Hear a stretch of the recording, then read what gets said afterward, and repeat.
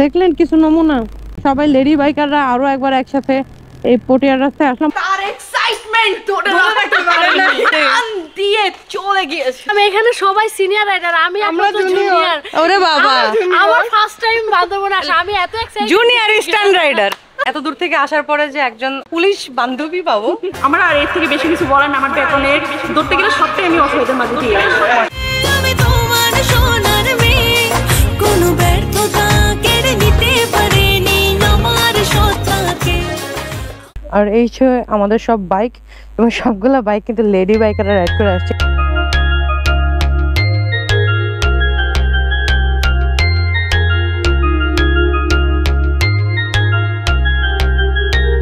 এই যে আমার বাইক, আর এই যে দুইজনের জিনিস আমরা বাইধা নিছি।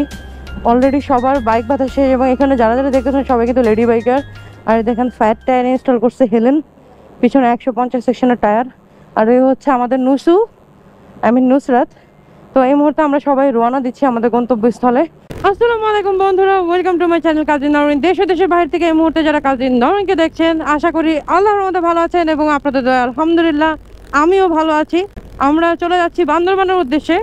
আজকের দিনে আমরা বান্দরবানে উঠবো, বান্দরবানের ভেনাস রিসোর্টে।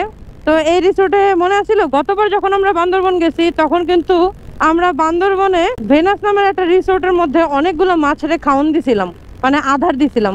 তো আজকে সেই জায়গাতে আমরা থাকবো, অনেক সুন্দর একটা জায়গা। তো চলেন আগে বান্দরবান যাই, বান্দরবান যেয়ে এরপর আপনাদেরকে ভেনাস রিসোর্ট পুরোটা ঘুরে দেখাবো। আজকে ড্রোন নিয়ে আসছি, 360 ক্যামেরা নিয়ে আসছি।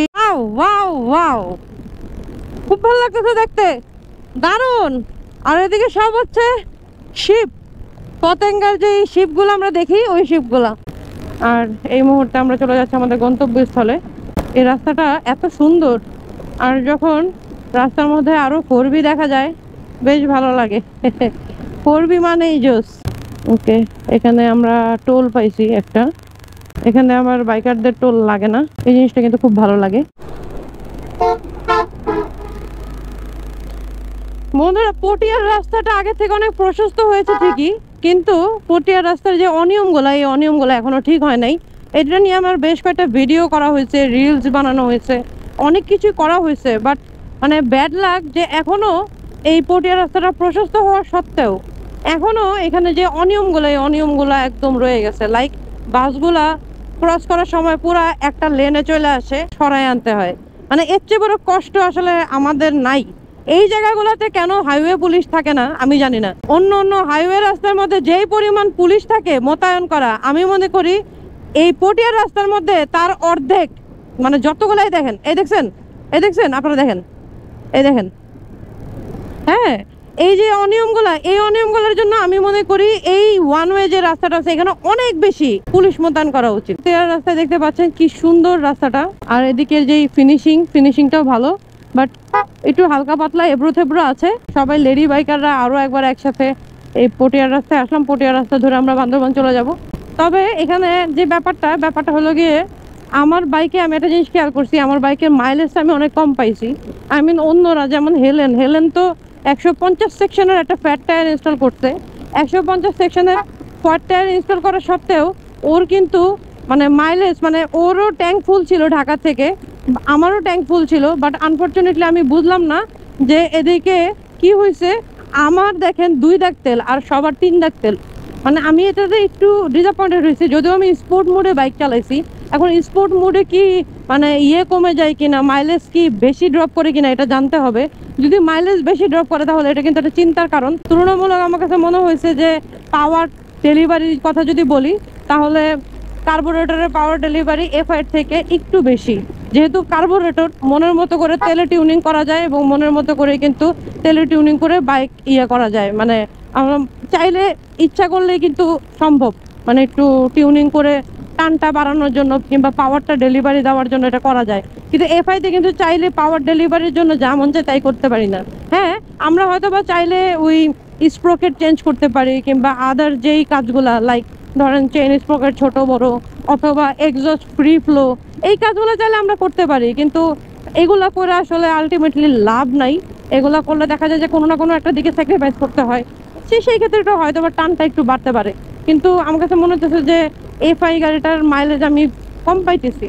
অন্যদের সবার 3 দাগ, আর আমার ঢাকায় মানে এখানে আইসা 2 দাগ হয়ে গেল, তাও মাত্র 298 কিলো হয়েছে। 298 কিলো দিয়ে যদি আপনারা একটু ক্যালকুলেট করেন তাহলে আমি এখন মাইলেজটা একটু কম পাইতেছি। স্পোর্টস মোডে আমি চালাইছি পুরোটা রাইড, কিন্তু আনফর্চুনেটলি এখন মনে হচ্ছে যে বাসায় যায় আরও একবার আমার হিসাব করতে হবে যে আমি এবার মাইলেজটা কত পাইছি। হোয়াটএভার ইট ইজ, চলেন আগে গন্তব্যস্থলে যাই, কারণ আনন্দ করতে গিয়ে এই মাইলেজের জন্য দুঃখ করা তো কিছু নাই, তাই না? দেখতে দেখতে কিন্তু আমরা পটিয়ার রোড প্রায় শেষ হয়ে যাচ্ছি, আর মাত্র 43 কিলোমিটার বাকি বান্দরবনে ঢুকতে। তো যা বুঝলাম পটিয়ার রাস্তাটা আগের থেকে অনেক সুন্দর হয়েছে, কিন্তু এই দেখেন একটু কিছু অনিয়ম। এই যে গাড়িগুলা সবগুলা হঠাৎ করে 2 লাইনে আইসা পড়ে, বড় বড় বাসগুলো হঠাৎ করে 2 লাইনে আইসা পড়ে। অনেক রিকোয়েস্ট করেও এদেরকে তাদের লেনে ফেরত পাঠানো যায় না।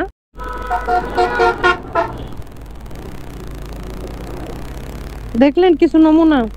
ফাইনালি কিন্তু আমরা বান্দরবানের কাছাকাছি চলে আসছি। বর্ডার গার্ড বিজিবি যেই ক্যাম্পগুলো, ওই ক্যাম্পগুলো আমরা পার হয়ে গিয়েছি, আর একটু পরেই কিন্তু বান্দরবান। আর মাত্র 15 কিলোমিটার।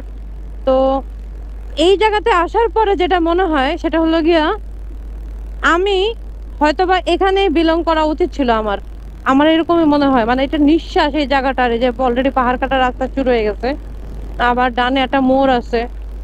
নিঃশ্বাসটা এত প্রাণোজ্জ্বল, দারুণ। আলহামদুলিল্লাহ, আলহামদুলিল্লাহ, মাশাআল্লাহ। আমার বান্ধবী অলরেডি গান গাইতেছে অলরেডি। সবকিছু মিলে এত ভালো লাগতেছে, এই জায়গাটা সত্যি অসাধারণ। মানে এই জায়গায় আসার পরে মনে হয় যে না, আর ফিরবো না, এবার ঢাকায় আর ফিরবো না। কিন্তু ঢাকায় তো ফিরতেই হবে, দুঃখ তো পাইতেই হবে। তো চলেন যাই।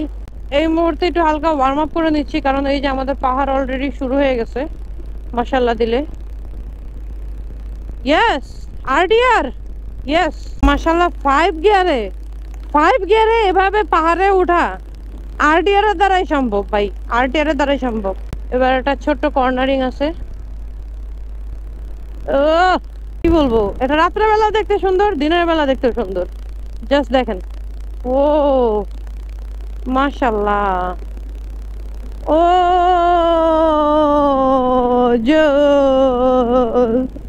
আমাদের একজন টিম মেম্বার অলরেডি ওখানে দাঁড়ায় আছে, সবাই আসতেছে, কিন্তু আমার তো তেল নাই। এটা কি করলো?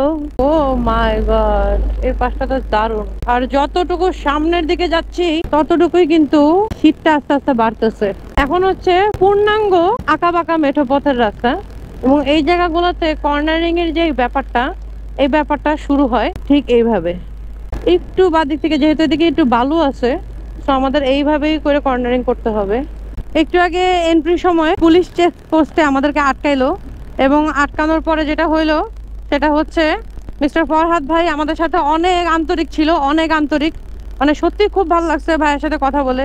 এরকম আন্তরিকতা আমি মনে করি প্রত্যেকটা চেকপোস্টের প্রত্যেকটা পুলিশ এবং প্রত্যেকটা গার্ডে যারা থাকে, সেফ সেক্টরে যারা থাকে, প্রত্যেকটা মানুষের সেই সেক্টরগুলোতে আমি মনে করি থাকা উচিত। তো এতে হয় কি, আলটিমেটলি মানে একটা রেসপেক্ট কাজ করে, সবার প্রতি সবার একটা ভালোবাসা কাজ করে। এই মুহূর্তে 342-এ আমার 1 দাগ আছে, আর এখন তেল ভরবো। ভাই 500 টাকার তেল দেন। 500 ফুল প্রেসারে দিবেন ভাই, হ্যাঁ মানে প্রেসারটা ফুল দিবেন আর কি। বিসমিল্লাহ দেন, ভিতরে ময়লা ডালা জমলে ভালো আর কি, ফুল প্রেসারে দিলে। আচ্ছা, 3.83 লিটার গেল 130.50 টাকা করে। আমি মাইলেজটা খুবই কম পাইলাম, খুব মানে খুব কম, মানে আশানুরূপ পাইলাম না। এটা নিয়ে আমার মনটা খুব খারাপ। প্রথম যখন আমি বাইক চালাইছি তখন কিন্তু আমি সেই লেভেলের মাইলেজ পাইছি, বাট এখন এই অবস্থা কেন হইলো, আর মাইলেজটা এত কম কেন পেলাম আসলে বুঝতেছি না। এই যে আমরা ভেনাসে অলরেডি চলে আসছি, এখন ভেনাসে এন্ট্রি করব। এইটা হচ্ছে আমাদের আজকের রিসোর্ট, ভেনাস রিসোর্ট। দেখতে পাচ্ছেন সিংহ, আর এই দিক দিয়ে আমরা অনুপ্রবেশ করব। সবাই কই, ওয়াও, বাহ, আই লাভ ভেনাস। আর এদিকে সবাই মোটরসাইকেল রাখছে। ফাইনালি আমরা কিন্তু রয়েছি ভেনাসে, এবং দেখেন কি সুন্দর একটা জায়গা। আই মিন রিসেপশনটা জাস্ট ওয়াও। অলরেডি সবাই কিন্তু রেডি হয়ে গেছে, লাইক এ ওয়াও।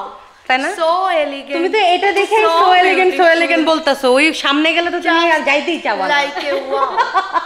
কই, আর এর মধ্যে আমাদের আরেকজন রাইডার বৃষ্টি, সে মানে রাস্তা দেখে এত বেশি পাগল হয়ে গেছে, খুশিতে অনেক দূর চলে গেছে। তার এক্সাইটমেন্ট ধরে রাখতে পারে না, টান দিয়ে চলে গিয়েছে। আমাদের পাগলা রাইডার হেলেন দেখেন কি করতেছে। এটা হচ্ছে আমাদের মোটরসাইকেল, আমাদের বাকি লেডি বাইকারদের মোটরসাইকেল। সবাই কেউ কারোর গাড়ি বসে খোলে নাই, বাট আমি ক্যামেরা ট্যামেরা এগুলো সব কিছু বের করে নিয়ে আসছি। আর এই হচ্ছে আপনাদের কাজী নাউরিন, এই হচ্ছে আপনাদের নুসরাত জাহান, কাজী নাউরিনের একটা ছোট্ট ফ্রেন্ড। এই হচ্ছে মিলি ছোট্ট বন্ধু, আমাদের ছোট্ট বন্ধু। আর বৃষ্টি হচ্ছে ছোট্ট বন্ধু, ভিতরে ড্রেস পাল্টাইতেছে। আমি কাজী নাউরিনের একটা আবার বড় ফ্যানও।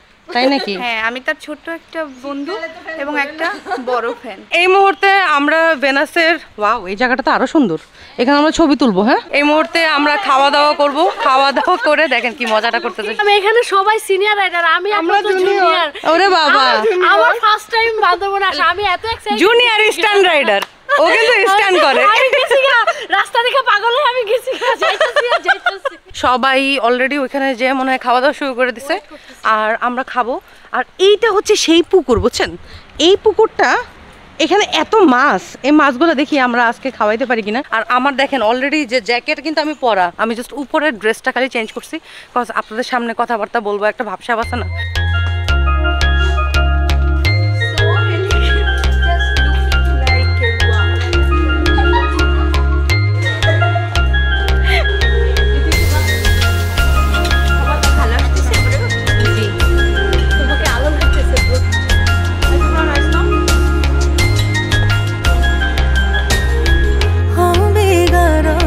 সাথে নেই অনুকার, বিবেগার আমার সাথে নেই হাহাকার। ছুড়ে ফেলি সব রাস্তাতে মিথ্যে ভালোবাসার বিচার, তবু কেন সে স্বস্তিতে আমি হতাশায় অবিকার।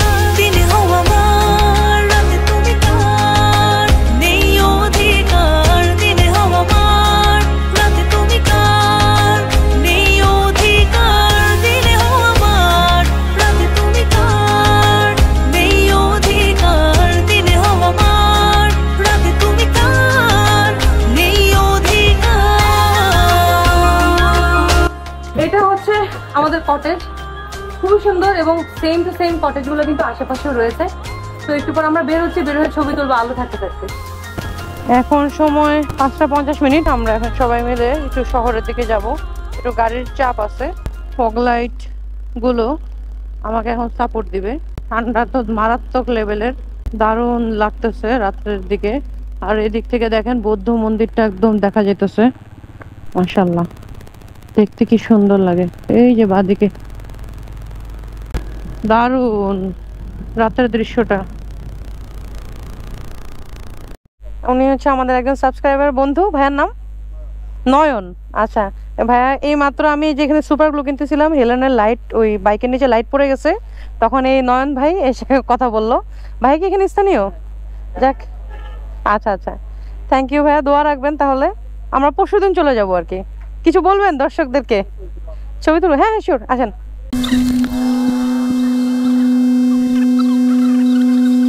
ওকে কোনো কিছু জানাইলাম না, এরপরেও ভাবলাম যে আমার ইউটিউবে একটা পোস্ট দিয়ে দিই। সো পোস্ট দিয়ে দিলাম, দেখি ছবির পোস্টটা। Yes, community right. চিড়াগাং থেকে চলে এলাম বান্দরবান, মাত্র 1 মিনিট হলো পোস্টটা দিলাম। আর এই মুহূর্তে রয়েছে হচ্ছে হিল ভিউ রেস্টুরেন্ট, এখানে আমরা সবাই মিলে চা খাইলাম।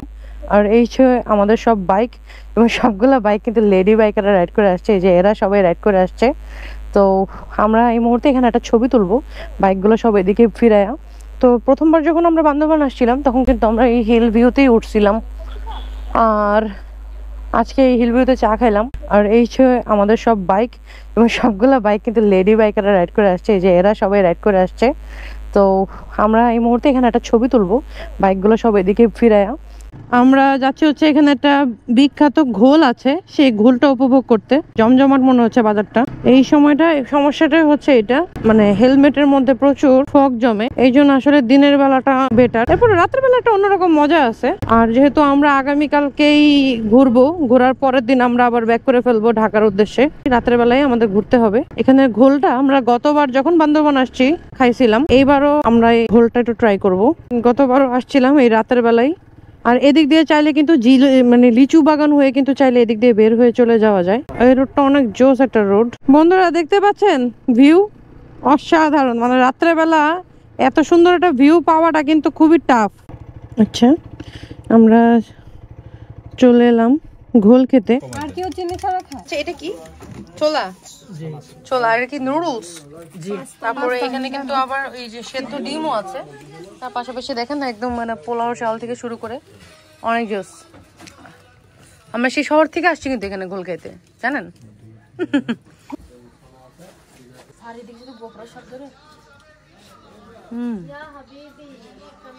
বন্ধুরা ঘোল খাওয়া শেষ এবং ঘোলটা এত টেস্টি ছিল।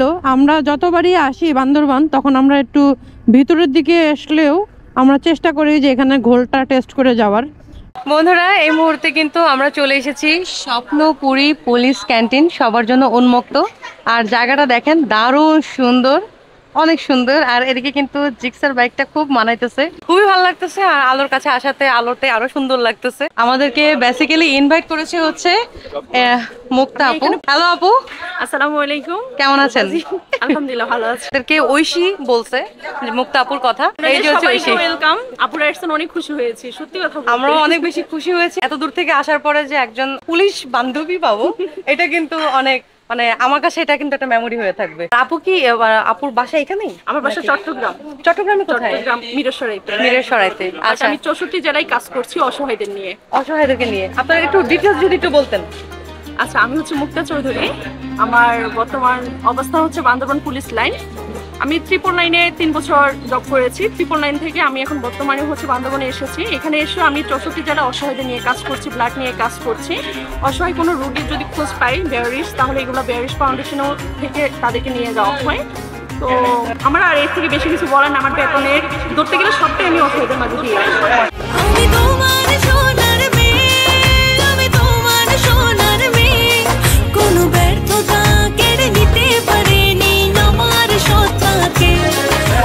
আর আমি যেটা চলি, ভাইয়া চালায়, আমার বেস্ট ফ্রেন্ড সানজিদা আছে, সানজিদা চালায়, সবকিছু মিলিয়ে আলহামদুলিল্লাহ।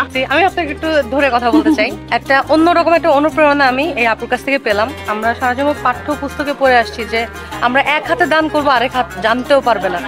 তো এইটা কিন্তু এই আপুর কাছ থেকে একটা উদাহরণ। উনি এতদিন যাবৎ মানুষের পাশে দাঁড়াচ্ছে, এত এত অসহায় মানুষদেরকে নিয়ে উনি কাজ করতেছে।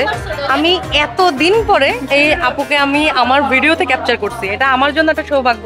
আমি একেবারে ক্ষুদ্র একজন কন্টেন্ট ক্রিয়েটর, কিন্তু আপনার সাথে এই যে আপনি যতক্ষণ কথা বলছেন, আপনার ভিডিও দেখি, আপনি যতক্ষণ কথা বলছেন আমি জাস্ট মানে অবাক হয়েছি যে এতটা বেশি সাপোর্টিভ একটা মানুষ। আমার যদি কোনো কিছু করণীয় থাকে আমাকে বলবেন। আমি তো অতটা বেশি ধনাঢ্য না, যদি ধনাঢ্য হইতাম তাহলে হয়তো আমি হচ্ছে সাপোর্ট জিনিসটা, সাপোর্ট জিনিসটা হচ্ছে বেস্ট। এখন আপনি আমাকে উৎসাহটা দিচ্ছেন, এটা কিন্তু আমার জন্য অনেক কিছু। অনেকে বলে যে আমি মুসলিম হয়ে আমি হিন্দুদের কাছে কেন হাতে নিই, এটা আমাকে অনেকে বলে। তো একটা কথা হচ্ছে আমরা মানুষ, এটার উপর আর কোনো কথা নাই। এই যে এখন হচ্ছে সামনের মাসে 22 তারিখে একটা মেয়ের, হিন্দু মেয়ের বিয়ে, তার কাজটা আমি হাতে নিয়েছি, যে হাতে নিয়েছি, তারা এখন আমাকে অনেক রকম কথা বলছে আমি মুসলিম হয়ে। এক্স্যাক্টলি, আমি সারাটা জীবন চাইছি যে এমন একটা মানুষ থাকুক যে মানুষটা কিনা একটা মানুষের জীবনটাকে এন্টার লাইফ গড়ে দিবে।